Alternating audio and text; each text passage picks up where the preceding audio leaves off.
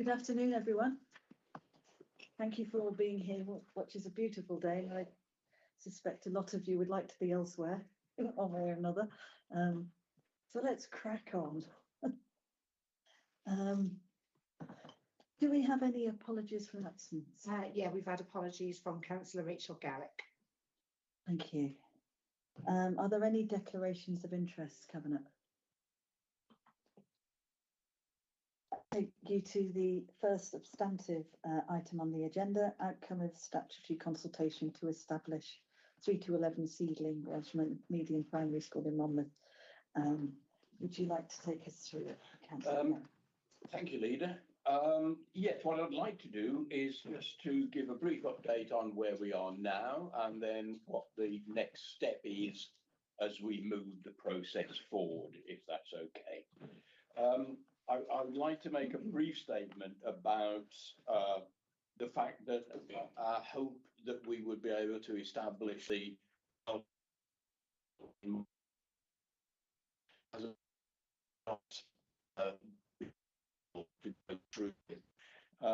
and briefly the reasons for this were that it was too late in hindsight to go out and announce the fact that we wanted to establish that seedling school. It was very close to the close of the registration period for children getting their children a place in school, and so by the time the Welsh seedling school became a possibility, I think the reality now, looking back, is that most parents had already decided where they wanted their school to do. Following the consultation, it became clear that despite the best efforts of Ysgolor Ffin, who were going to provide the provision in the first year to get a teacher, they advertised twice and not one single suitable application for a teacher was received, and our children really do deserve the best possible education. And the reality was that the numbers that registered were 4 for the 3-year groups that would have been covered. 4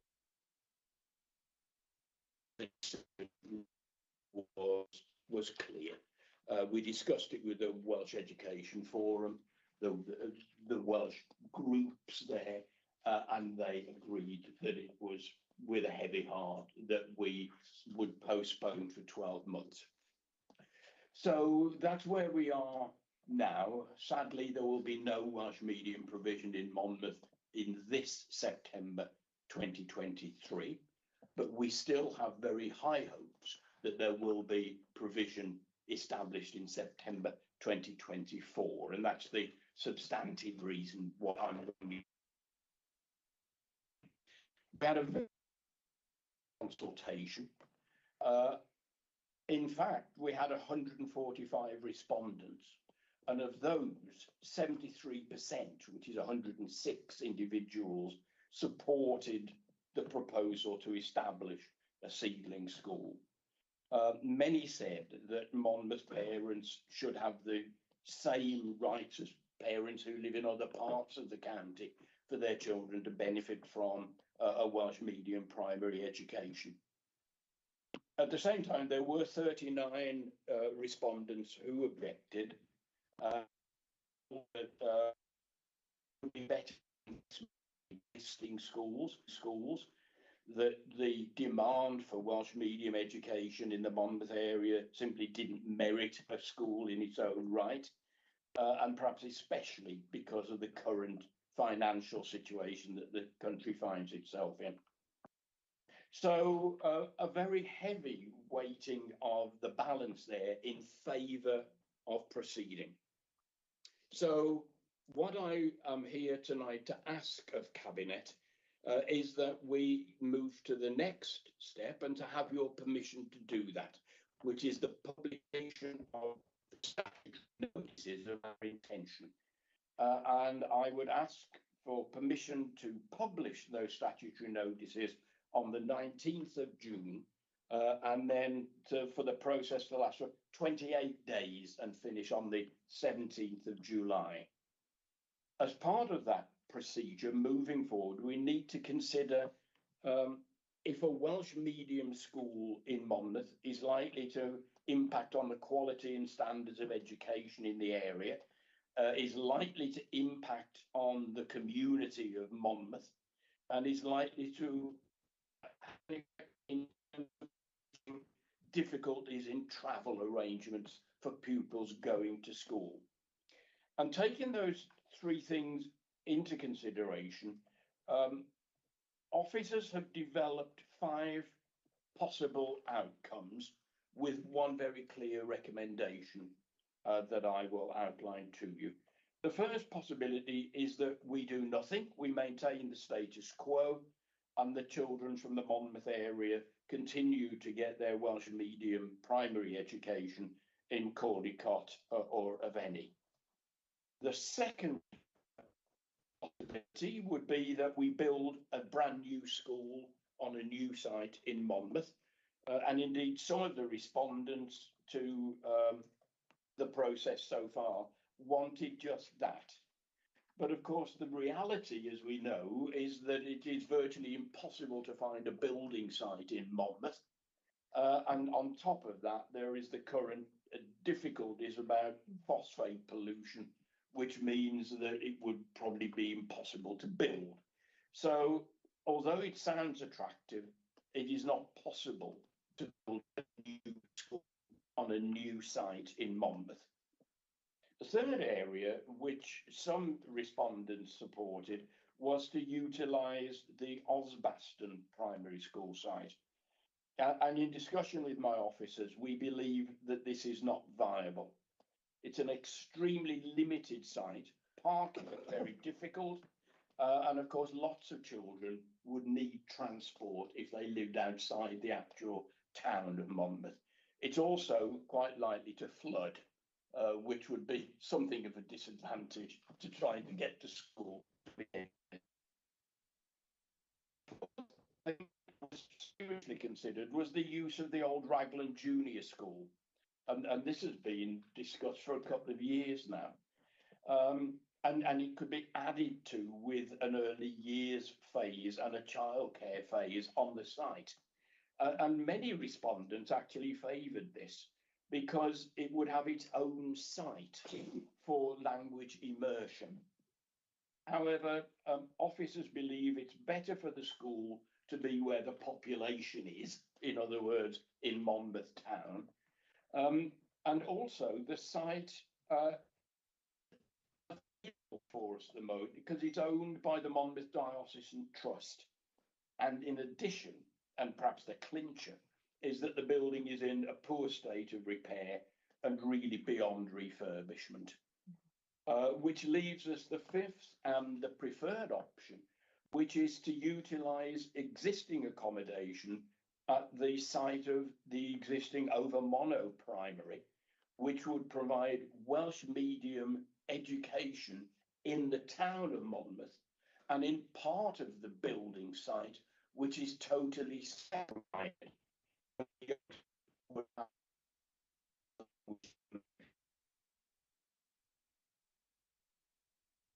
To consult Estin before we publish the notices, and they are supportive of the proposals.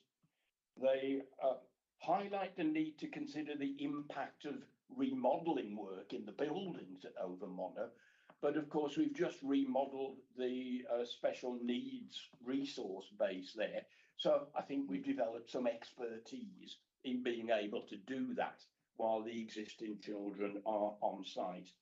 So apart from that, Estin and indeed the Education Achievement Service are in favour of that we proceed with the Overmonnow site. It's an exciting prospect. It means that another part of Monmouth will now find it easy to gain access to Welsh medium primary education for its children, which is part of our wider plans as an administration. So therefore, I would ask Cabinet to grant me the permission to publish the statutory notices, which will enable us to move forward with the aim of opening such a Welsh medium provision September.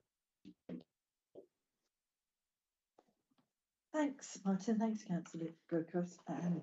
It is indeed exciting. I know we'd all wish it could have happened this September. Yeah. And I know that there may be some parents who'll be disappointed, because when there's a possibility, expectations always rise, don't they?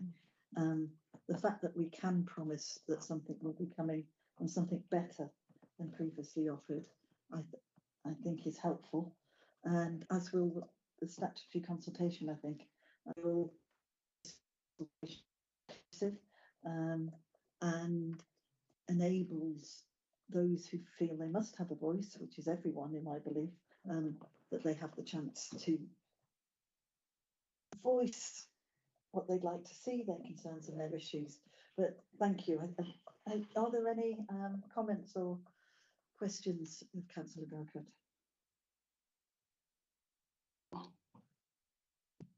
That's a question if I can. I was staring at you with anticipation there, bated breath.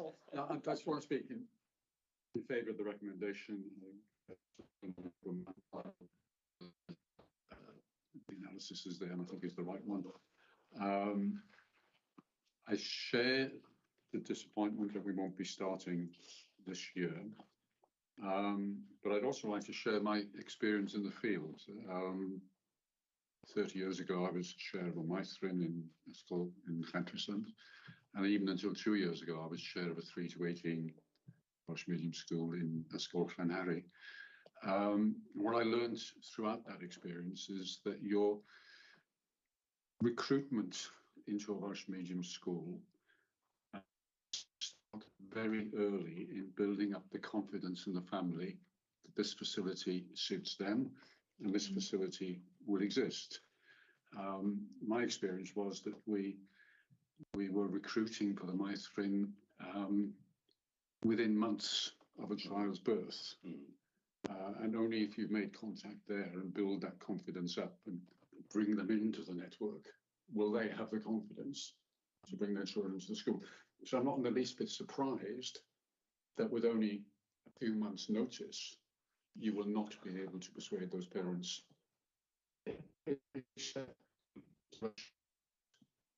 this new school with their child.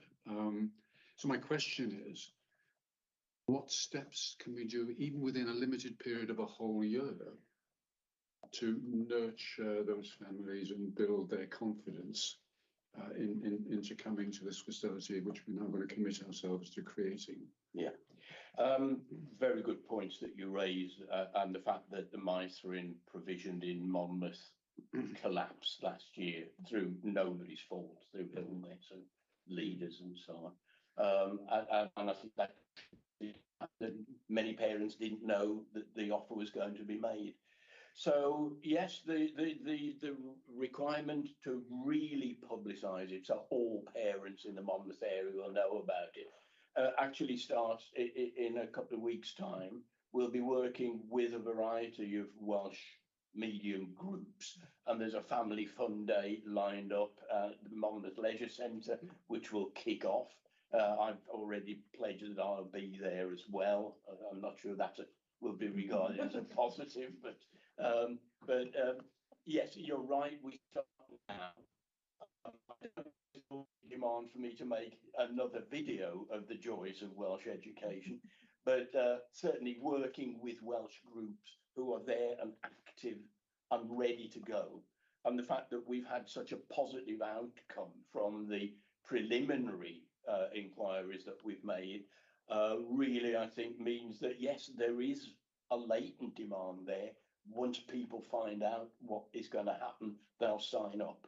And I remember when Abergavenny Welsh School opened, there were 12 pupils. We are now making provision for medium school in Abergavenny. So it just shows that once the seed is sown, I am optimistic that we can really do well in Monmouth as well. I think that's good I think that's true, and we do have a thriving Welsh school in Abergavenny, I don't think. Angela, Just a Councillor quick Sanders. one. Obviously, I completely think it's a fantastic idea and it'll be wonderful. What are we doing about the fact that we couldn't recruit a Welsh teacher of the calibre that we, you know, that we aspire to? What will we? And with consent of the people of the Monmouth area that they actually want the school, because we can't presume anything at the moment, and if the consultation said we don't want it, then it won't exist. I strongly suspect that the outcome will be, yes, please, we love a Welsh medium school. Yeah. We won't be rushing right at the end of the school year to make an appointment when teachers who are looking for advancement have already, on the whole, got their promotions. It means we can start right at the negotiation meeting for cabinet members for education. And I think virtually every cabinet member in that room said that recruitment of good teachers in Welsh medium schools was one of their main problems. Yeah.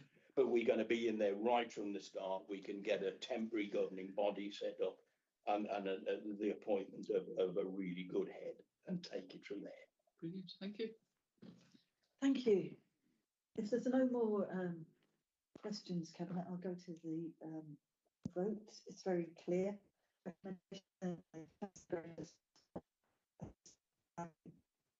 Laid it out for, so I don't really need to read it. Do we want to have statutory notice published so we can go ahead? I think we all do, but can I just make sure I can see all of Cabinet and just wave? Fantastic. That's unanimous. Thank you, colleagues. And thank you. We now come to the second item on substantive item on the agenda, socially responsible procurement strategy, which covers the period 2023 to 2028.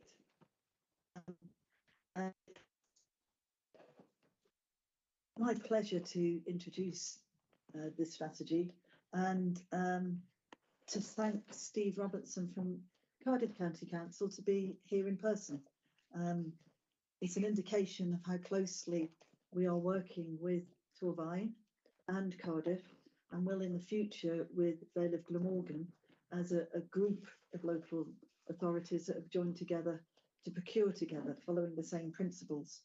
And these principles are, I think, new to Wales, very much rooted in well-being and future generations, and move us in an innovative and ambitious way into a procurement which takes decarbonisation and ensuring that the social value of every contract, every procurement, as part of what we do and how we procure, not as an added extra.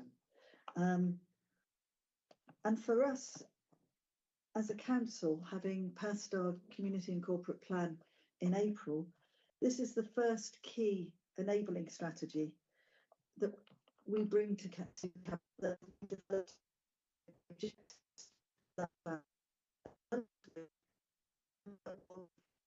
the regulatory framework, so in Future Generations Act, the Code of Practice for Ethical Employment and Supply Chains, and what was a first for Wales, and really I think should be celebrated as a nation, because it puts us right up there with our sustainability goals, the recently sealed Social Partnership Public Procurement Wales Act. And it's also, which is important for us as a council, it's compliant with the requirements of the 2010 Equalities Act. So embedded, as it should be, within this strategy to equality, equity, decarbonisation in the sense of combating the climate and nature crises that we face along with everyone else.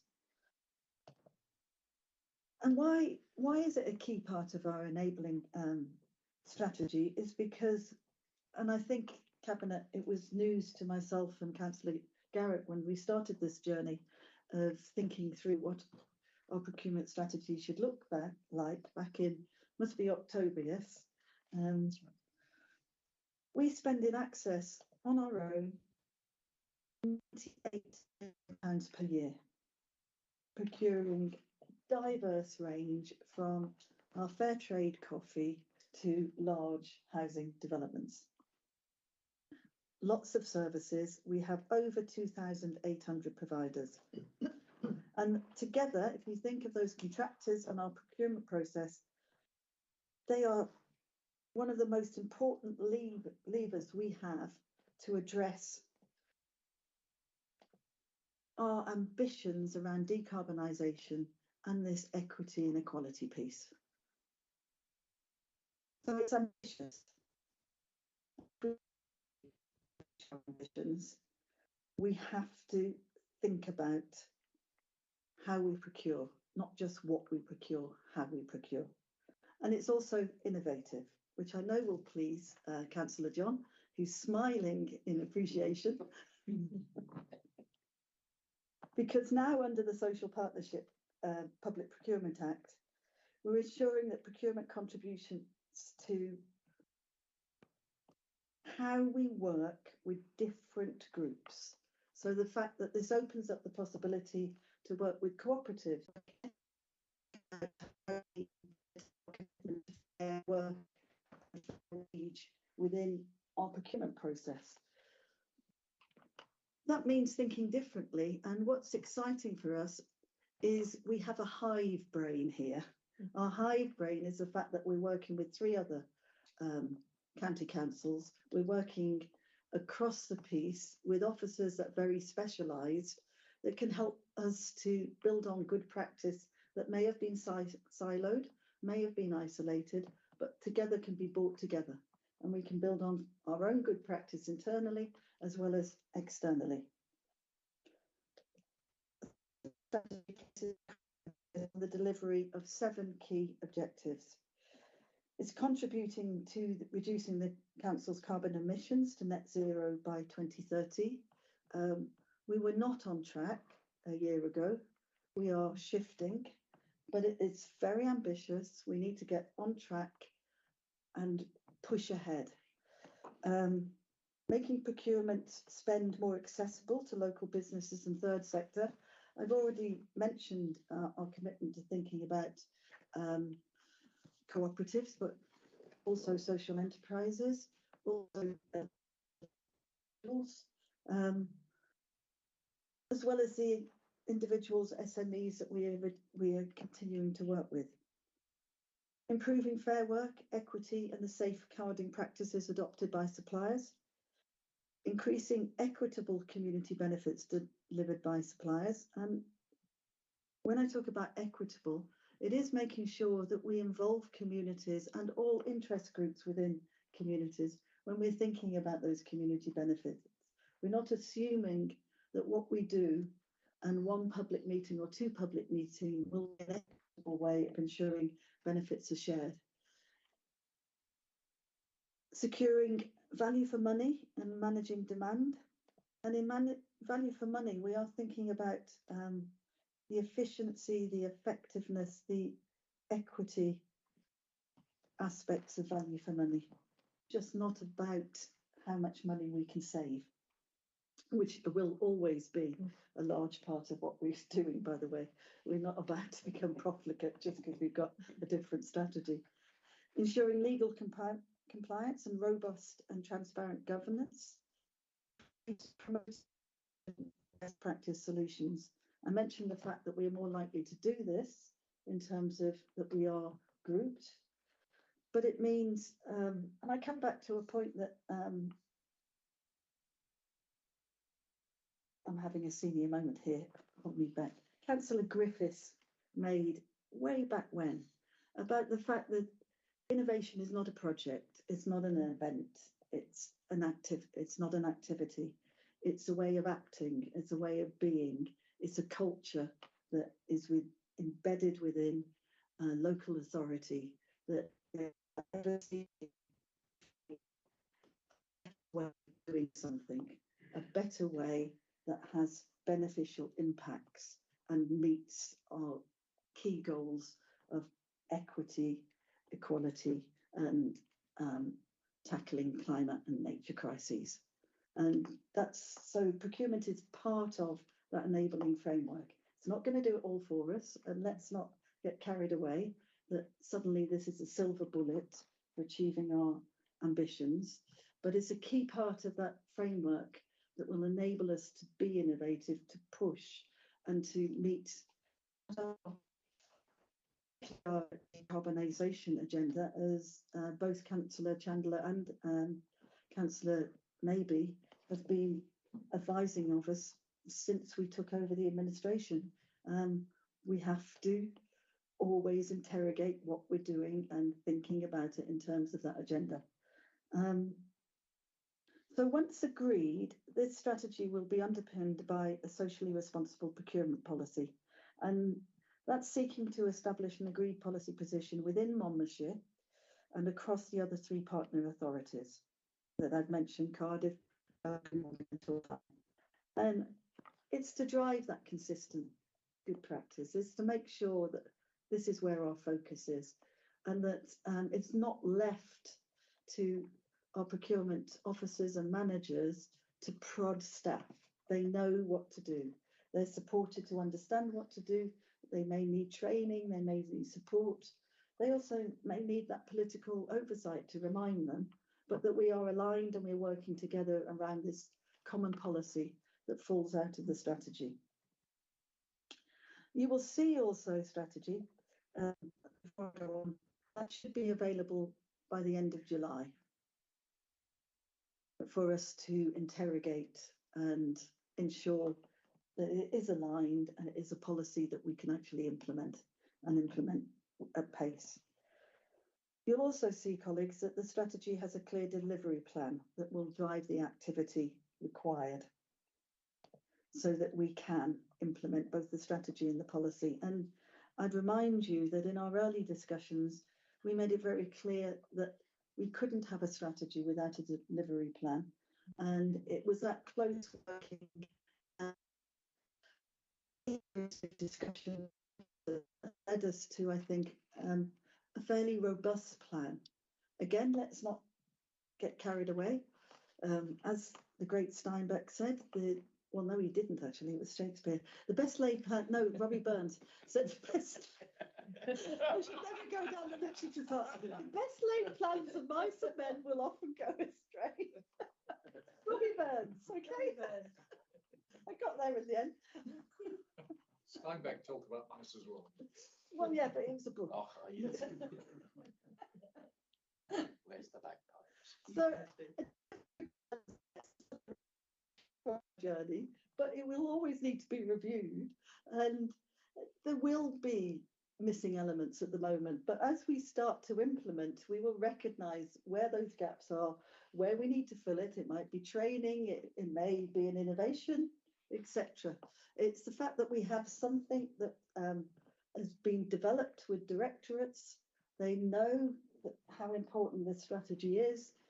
We've already got the delivery plan in place, which means we can start to implement at the pace we need to implement. I'd also like to, this has been who fully supported the strategy and provided a number of additions which have also been incorporated into the strategy. And once again, I would say scrutiny is always our friend. Oversight and scrutiny always help strengthen strategies. And indeed, this is what has happened in this case, and it's ensured that we have incorporated what they thought would help clarify exactly where we were working and how we were working and what we wanted to deliver. The partnership group has been set up by a Deputy Chief Executive and the Chief Executive for Communities and Place, and that will ensure that we continue to prioritise and work on that plan. My final point, which again comes back to why this is a key part and the first stage in our enabling framework, it makes it clear once again that everything that we will do is collaborative and done in partnership. but also we must work in partnership. And this procurement strategy, while not the most exciting part of what our work is, of what we want to achieve, is absolutely fundamental for allowing us to do so. So I recommend it to you, Cabinet, and I really look forward to seeing the changes that are anticipated by this strategy. And I'm open to any questions that you may have. I'm afraid it's a comment. Forgive me. It was really, yeah, and we've discussed it in a lot of detail, and I'm really glad to see how central you've made the carbon emissions side of things to our procurement, because one of the first things I noted coming into this administration was I think it's more than 60% of our carbon emissions are thought to come from procurement.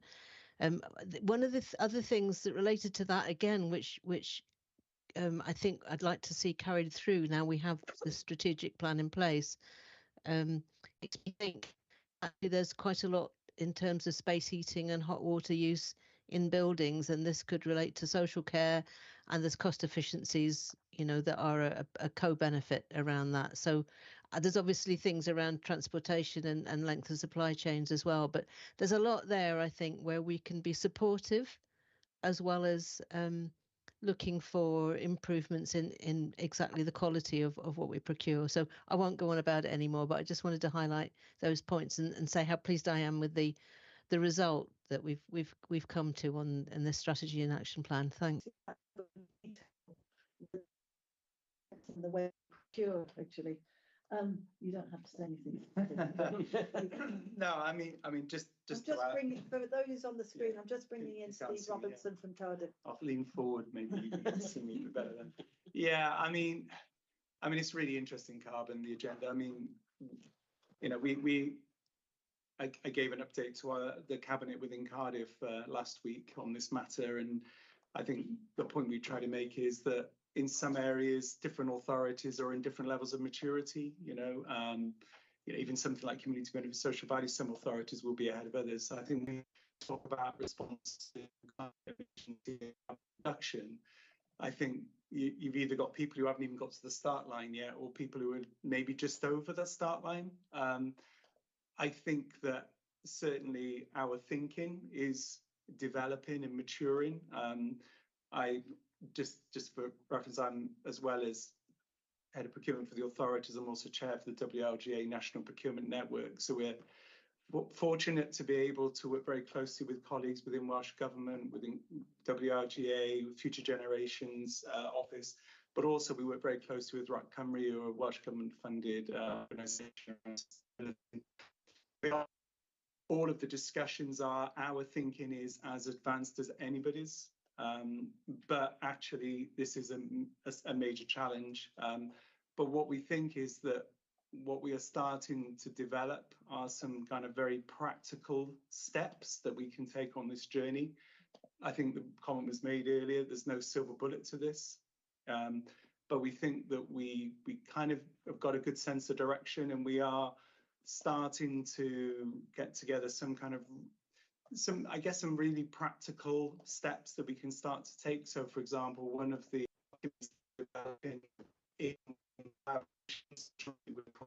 authorities is a bit of a start of a 10, is a very kind of simplistic guide in terms of the sort of things that people should be considering when they're buying goods, services, works. I think the other point I probably just wanted to make is, as you can imagine, the statement is 70% or plus of our carbon footprint is procurement. So usually the thing is, over to you, Steve, what are you going to do about it? I guess the point is that comes from the goods, services, works that are consumed by our services through service delivery. So as much as, yeah, we absolutely see ourselves to make that change. Obviously, it needs the services that are commissioned in specifying those services to play a key vital role in helping us to address the factors that are driving carbon within those services. And I think just picking up the point that was made is the fact that to be able to do that, then it does require us to understand what is driving carbon within that particular service. And so that's a kind of key aspect that we are working through with the support of work that's being done by Welsh Government. Thanks, Ian. I think that's a really useful update and insight for the whole of Cabinet, and clarifies just how important procurement is, but also comes back to that point. It's not the responsibility alone of the procurement team, that we have to have all services on board, that every time they contract or procure, they need to be thinking this through. They need to be picking up the phone and asking for advice. And we need to make sure that there is oversight at whatever level that procurement is made, so something doesn't slip through the consequence down the line that we can't anticipate. I'm keeping you waiting there, Ian, Councillor Chandler. No, no problem, Marianne. And thanks for that. And I mean, yeah, as someone that was sort of on the outside of the council when we declared a climate emergency, I was very conscious of that contribution that our supply chain makes to our carbon footprint, and really pleased and echoing what Councillor Maybe said about the importance, the centrality of our carbon reduction ambitions being part of this.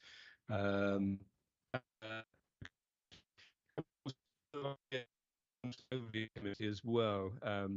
It's really pleasing to see how this strategy has developed over that year, and the work that's been put into it. So I really commend the amount of work and the result that's come out. I suppose I have a specific question though, in relation to my new role in terms of the portfolio for social care, is that given that adult and children's social care accounts for over 1/3 of our procurement spending, I just would like the leader, if you could give us an indication of where combining both our ambitions on low carbon, but also our the challenge, how can we use this strategy to help develop both better care services as well as meeting those environmental and social value goals? Thanks, Councillor Chandler. I think that's an important, really important issue. When we were considering this plan, and I'm glad you noticed, since you've just come in, just how much effort we as a cabinet and officers put into really shaping this strategy. It is very, very different from the last one, and it was very, very different from a priority is social care. Another is housing. A third, not necessarily core priority, but very central to what we want to do around tackling the nature and climate crises, is food production and food strategy. And I mention food because it does have a relationship to social care, and also social care in itself in terms of how we deliver. So I'm going to talk about two things. One is domiciliary meals, and the other is about social care itself. You'll know, Councillor Chandler, that we've already been having a project, micro neighbourhood care, and that is extremely successful. We need to start thinking more broadly, and we're talking to the Centre for Public Value Procurement on this, about how we can expand that, and what we would need to do through procurement to enable that to happen. And to enable that to happen so we can fulfil our ambitions, which is shared across Wales, of eventually feeding into a national, a neighbour who wants to work in the neighbourhood and wants to work on social care, but doesn't really want to do any more than that, to somebody who wants to work in the neighbourhood, but would like to establish themselves as a social care professional. And so there's procurement of training, there's procurement of the actual social care workers, there's moving away from a privatised model to a model where there may be cooperatives, there may be social enterprises, there may be KIC.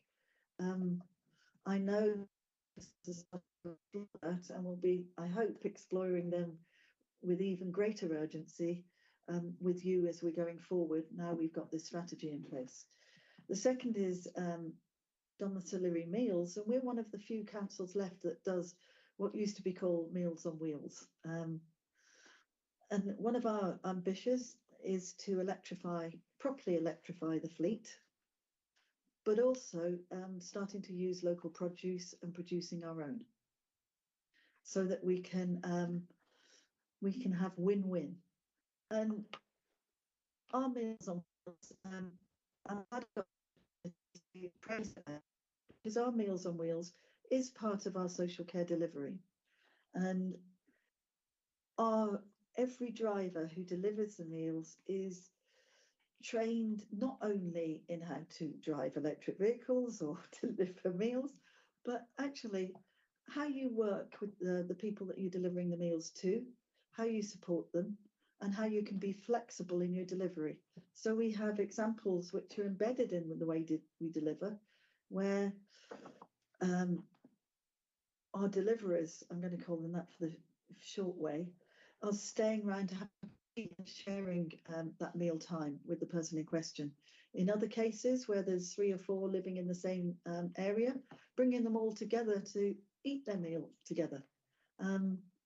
Spending more time with one, let's say half an hour or longer, one time of the week, and just dropping off the other week, so that they can feed into that sense of being cared for by us all, by a community. And they also liaise with our social carers and social care team. And we're not unique, but we are atypical in having that. And together, I think we've got opportunities to expand and use our procurement to do so, particularly in the domiciliary meals, around the kind of meals we deliver, but on the whole of the social care services, to think about how we do the business and how we can track that business, and we have now got a strategy in place which allows us to work differently with the third sector and allows us to think differently about how we do that work. Does that answer your question, Councillor Janley? It does indeed, and very much in line with my emerging thinking in this new role. So very pleased to hear that. So and also pleased to highlight the role of Meals on Wheels, because far too many years that I care to mention, but when I was a student, I used to deliver Meals on Wheels in some of the holiday times in London, and often I would be the only person that somebody might see in a typical day, which was a heavy responsibility to not just be a deliverer of meals, but to be their social contact and that form of alert if there was a problem. So, Great. Do we have any more questions? More of a comment than a question, if I may. I'm just delighted that we've got to a point where we have a clear plan and a clear action plan. I admit, I can see that it's going to be a very demanding action plan for the procurement team and other officers, but it really does set out the way that we can ensure that more of what we spend stays in our local economy. And I don't think there is anything for any of our existing suppliers, existing businesses that do business with the council, to have to fear it in this. It's an opportunity for them. I think, although there may be also some challenges as well in how they go down the journey with us of that decarbonisation journey with us. Yeah, absolutely, and again, that was a key point raised by Cabinet within Cardiff as well, is that as we ask more of our supply chains, how, it's about, trying to ensure that we do it in a way that it doesn't become a barrier to being able to work with us. In fact, actually a piece of work that we've coordinated across Cardiff, Monmouthshire and Torvine and Bridgend, bizarrely, just because they asked if they could participate. We've just done a piece of work with Compass, who you may know formerly Wales Cooperative, which is a survey of small businesses really to kind of understand within the region, you know, what the kind of barriers are to working with us, but also we have specifically asked them about how they are responding to this ask for, you know, move to reducing carbon. So absolutely, and to be honest, it's, you know, these have been quite heavy. Social Partnership and Public Procurement Bill, and which obviously I was fortunate to be at the ceiling of that as well. And you know, I think that's, you know, obviously there's a clear, you know, representation from organisations like Commerce, Business Commerce, and so forth, because they recognise that there's a big ask on our businesses as well, and so it's just making sure that we do it in a way which is proportionate and is not, yeah, it's not going to put a significant onus on them, but at the same time allowing us to achieve what the outcomes that we're trying to achieve as well.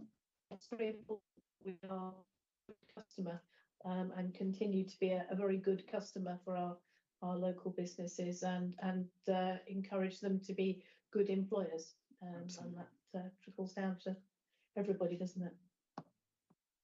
Yeah, absolutely. It also emphasises the fact that I know we agree as a cabinet and as a council, we have no option but to rise to the challenge. This is a crisis. So are we ready to look at the recommendations, Cabinet, or do we have any other questions? I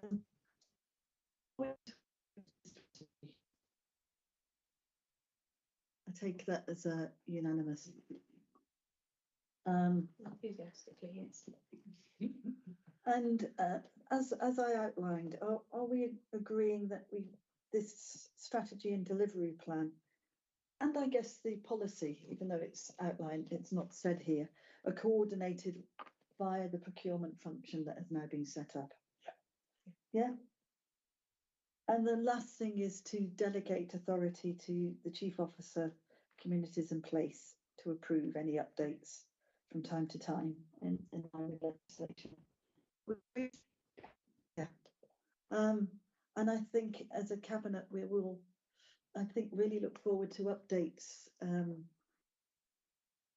routinely so we can see how far that procurement is pushing us in the right direction. But thank you very much. I really appreciate you actually coming to membership. Yeah, thanks. Thank you. Very much. Hopefully the Coldplay traffic is already in Cardiff. Well, let's hope so, because there aren't many back roads, are there? So we're now on to IT, which is regeneration funding and finance. That's over to you, Councillor Griffiths, and thanks very much. So part of the context of this report is the fact that the UK government has said that there will be a third round of its levelling up fund, and that third round, the allocations at least will be completed by the end of this UK government term. So we anticipate that the allocations will have had to be made during 2024. But that's as much as there's a lot of uncertainty. We don't know what the parameters of the programme will be. We don't know what the eligibility will be. We don't know what the size of the fund will be. We don't know when bids can be submitted.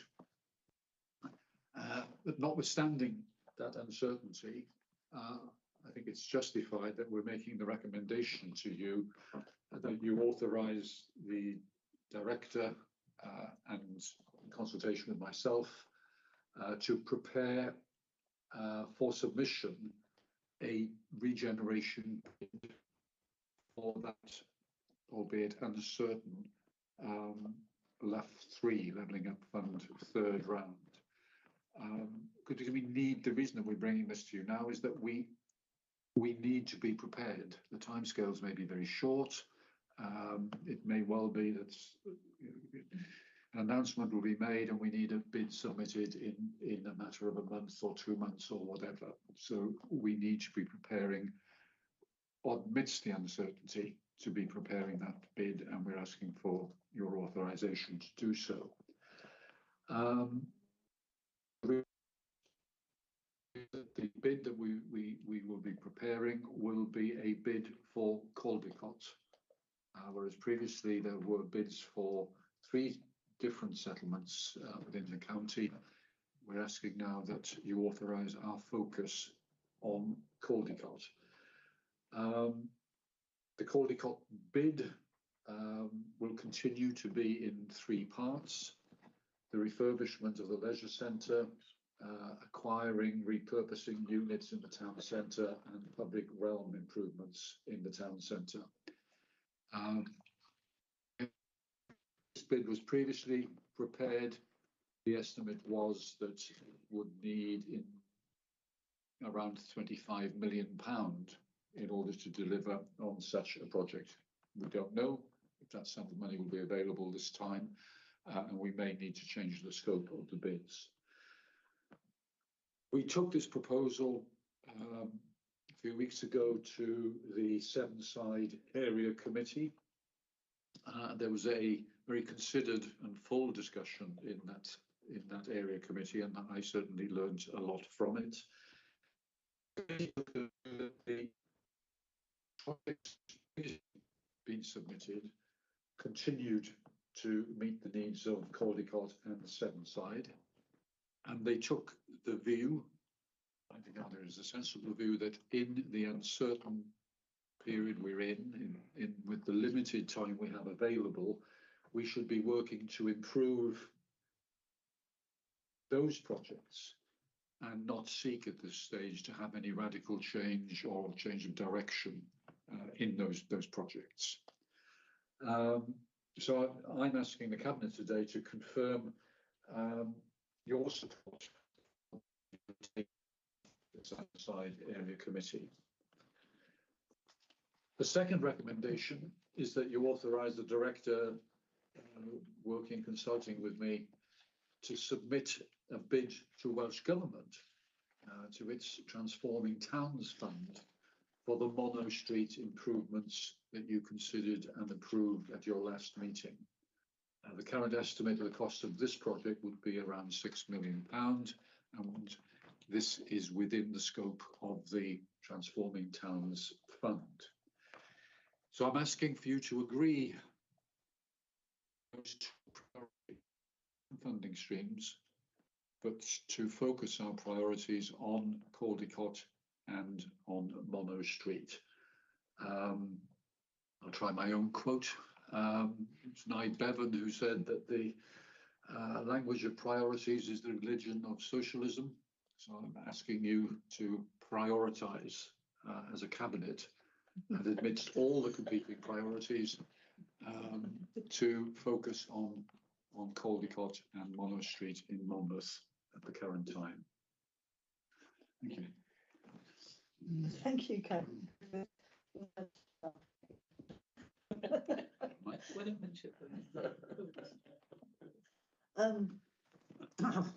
there any questions on this? I think, Paul, you've outlined the dilemma we find ourselves in a very uncertain public policy space at the Westminster level, which will be increasingly uncertain as we move towards election. And it may be for the benefit in that it may release more funds, but it also, I think one of the things we all realise that we need to be prepared, and whatever happens, to have oven ready programmes that we can go forward with, as it were, whoever funds it in the end. So the focus, I think, as Councillor Griffiths was telling us, is not so much on what the name of the bid is, but the content of it and how we're going to focus and target what we want to see. Are there any questions or observations? Obviously, at Sevenside, they were very excited, at that meeting about, going forward with the bid for their area and had loads of fantastic ideas. Recently they're talking about, they want Sevenside to become a dementia-friendly area and be disabled-friendly. So lots of enthusiasm from the members in that area. Can I just ask though, what about the possibility of investment in other areas of Monmouthshire, such as Chepstow, Abergavenny, and perhaps I might even say Meager and Undie, as it's my word. So, what about those areas going forward, please? Yeah, and it's in the nature of making decisions on priority that some projects, some areas are not chosen whilst others are. I think it's our responsibility to make those choices. But that doesn't mean that the other areas are forgotten or should not be preparing for further opportunities as they become available. So Mono Street in bid under the current regime. But towns such as Meager and Undie, such as Monmouth, such as Abergavenny, are in those cases beginning to develop their placemaking plans. As we will discuss in the later report, those placemaking plans make them eligible for making bids to Welsh Government's Transforming Towns. And the work that they're doing there will inform bids in further rounds of that fund. My encouragement to all those other communities, all those other councillors, is to focus on the creative work that can be done to develop bids, to develop projects, in the knowledge that there will be further rounds of such funding. And I've no doubt, notwithstanding the results of the next general election, there will be some equivalent of levelling up. It may be managed by UK government, it may be managed by Welsh government, but again, we are prepared, the better placed we'll be as those opportunities arise.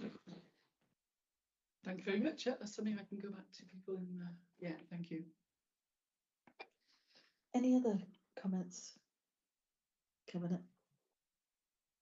Okay, we have two recommendations here. Firstly, to authorise the Chief Officer of Communities and Place, who's a very busy woman, to prepare and submit an application for Levelling Up Fund Round 3, and to support the delivery of regeneration projects in the Cabinet Member for Sustainable Communities and the Sevenside Area Committee, and subject to confirmation that funding is available. I think this is probably a typo here, that is that we don't really have a Cabinet Member just for sustainable communities. So I think it probably means yourself. Councillor Griffiths. I spotted that. I'm called all sorts of things and I respond to most. For the record, I'm not planning on appointing anybody new in the next week.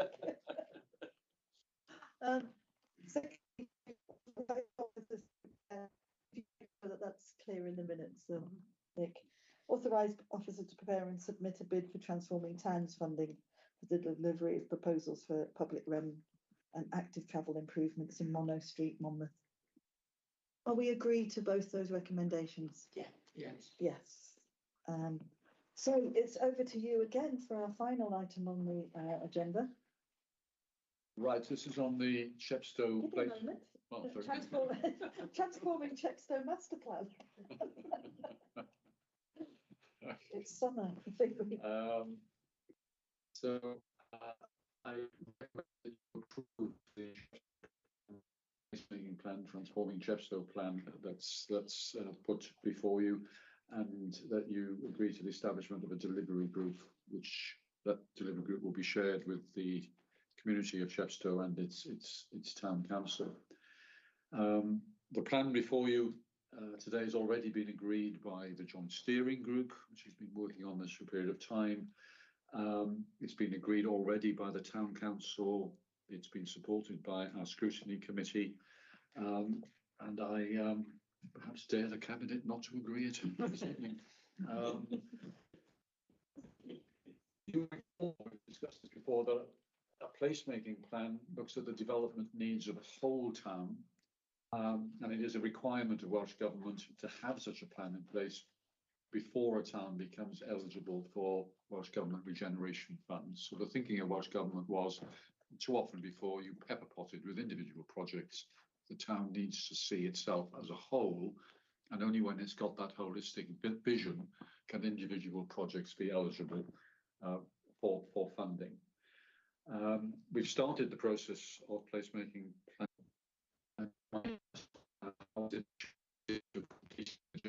Others have only just started.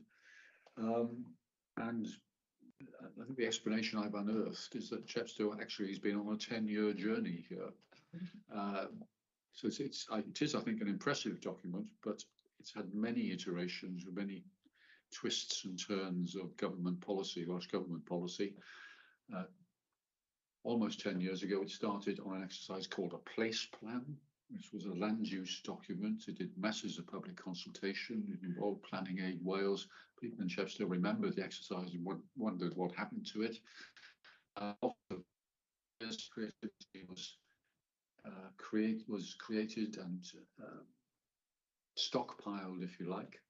And then Welsh Government came along with another idea called a placemaking plan, which was an investment plan. And that caused much confusion. We've been working on a place plan, and now we have to work on a place-making plan. Two different corridors in one building in Cardiff seem to have invented both.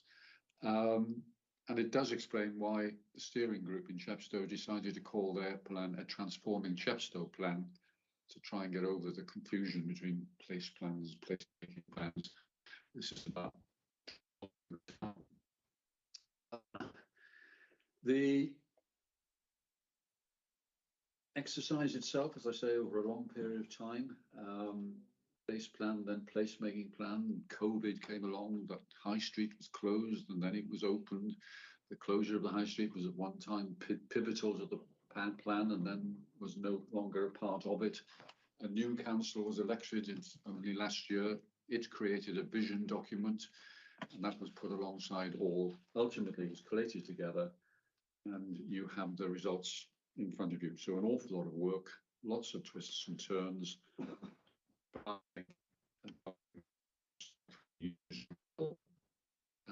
As it seeks the funding for self-improvement in that town. So I hope you will approve it. Thanks, Councillor Griffiths. I think a lot of work has gone into this, as you've made it quite clear. And that's important. I think it's something that's owned by quite a large group of people, and that bodes well, I would hope, for being able to implement it. Do we have any questions to Councillor Griffiths? Thanks. Yeah. Big things around transport for Chepstow, as we know. Does the plan give us any clues, and what do you think we can take from the plan to deal with congestion in and out of Chepstow? And linked to that, you know, we're going to look again perhaps at pedestrianisation of the High Street. I'd love to hear your thoughts around that. Thanks. Okay, well, as Councillor maybe knows well, only a few hours ago, she and I were in Cardiff and we met with the Welsh Government specifically to talk about issues concerning transport in Chepstow, including road congestion. The Welsh Government Minister recognised that Chepstow residents had well-founded frustrations regarding their transport arrangements. He did not seek to avoid the issue or diminish the issue in any way. As a result of that conversation, the agreement that we made today was that Monmouthshire County Council Welsh Government and Transport for Wales will work together to consider options for improving access in and out of the town. And they will include public transport options, they will include active travel options, they will include road improvement options. They will include the way we configure the town. So it may well be our parking review will feed into that. And it could be, I'm not necessarily saying it will, but questions about how we move traffic through the town or not could well feature on that as well. So it'll be an intensive group program of work which we will undertake, this time in partnership. And I think this is an important point with Welsh Government. So instead of us doing some work and then submitting it and seeing if they like it, this will be a round table of Welsh Government with ourselves, coming to shared conclusions with shared objectives from the beginning. And indeed, the Minister was very keen that the round table should include our neighbouring authorities, Gloucester and the Forest of Dean in particular. We were able to stress that we didn't need his prompting. We'd already made those relationships and were working. But that's that relationship in this programme of work. In terms of our discussions internally and our discussions in council, it will immediately raise the question, because it's raised at every council meeting that I can recall, well, what does this mean for the WellTag study? And I think, well, no, I know what I heard from the Minister today, that he wasn't convinced that moving just another rung up the interminable WellTag ladder was necessarily in the current moment the issues in Chepstow. So and we agreed, he's suggesting this working group, he's suggesting that we come to conclusions. And insofar as those conclusions need investment, that investment may or may not require the WellTag process. But let's have the joint working group, let's see its conclusions, and then see if that's a step that needs to be taken.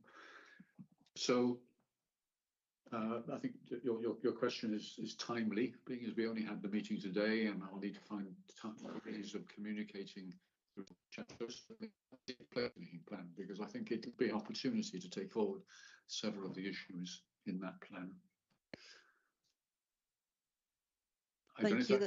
That's a really useful, really helpful summary of where we got to, and I think that's a helpful explanation to everyone else, because it's such a hot topic. So thanks. Well, I was afraid you were going to say you were at a different meeting to me. It wasn't. No, that's great. Do we have any other questions or comments?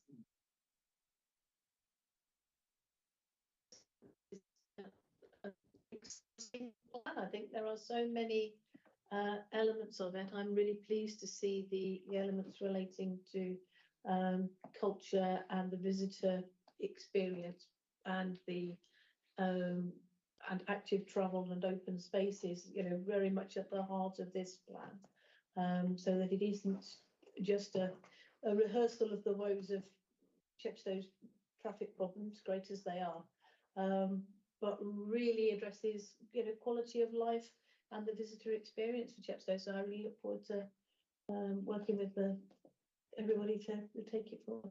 Thanks. I think something that the other towns in Monmouthshire might choose to learn from when they come to their placemaking plan. The group in Chepstow, particularly with the new group who were elected last year, looked at the work that had been done and said it was quite possible to focus on physical investments. We'll reshape this street, we'll do this here, we'll do that there.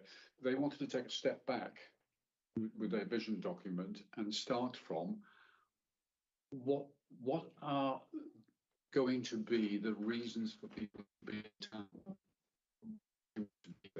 whether you're living locally or living in a nearby village. What is it about this town which is going to allow people to enjoy the social space that the town can provide.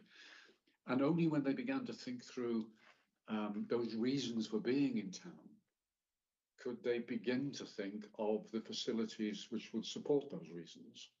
So the facilities were secondary to the reasons for being there. And I don't know if I've explained that clearly to this group, but it's very much a message I want to share with people in Mayo. Think about why this town should exist, why people want to be in the town before you start thinking about physically reshaping it. And we did that. I think it's worked. I think that's a good point, actually. That's the spirit of placemaking, isn't it? Rather than trying to patch it up by adding things, stepping back and thinking, what is it, the place I want to see, and who makes that vision also. I was reminded today that J.R. Rowling was a lot of her own early imagining of Hogwarts was based on Chepstow Castle. Just saying, if you want to take up Quiddick along with triathlon, We haven't place to marketed that theme well enough, clearly. Really not. Do we have any more questions? Okay, I'll go straight to the recommendations. Do we agree to the adoption of this plan? Yeah. Yes. Yes. And I think the second recommendation is really important because it once again emphasises the intention we have to work with and in partnership with those people that matter. One of the big groups that matter is our town councils. And that's swiftly where I'm going to go to now to attend the Abergavenny Town Council along with Paul Matthews, so we can discuss about this partnership working that we want to take forward. Thank you very much, Cabinet. Have a good evening. Thank you very much for being here to administrate for us. Bye bye, everyone. Bye, thanks. Thank you. You know, there's Quidditch clubs. Quidditch clubs? I don't know about Chepstow, but